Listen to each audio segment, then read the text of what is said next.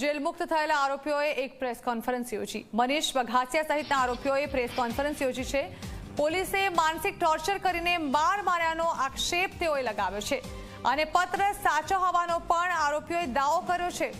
પત્ર કોણે લખ્યો તે અંગેના સવાલનો જવાબ ન આપ્યો।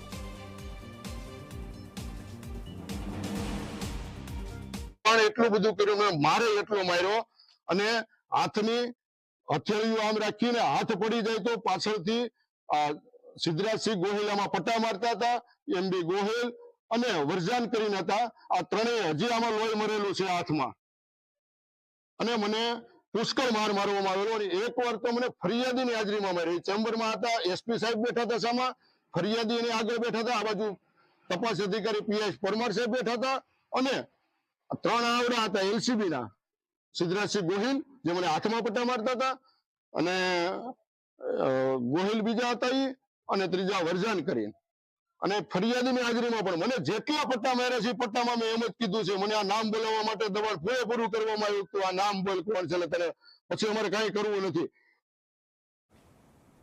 તો આ હતા અત્યાર સુધીના તમામ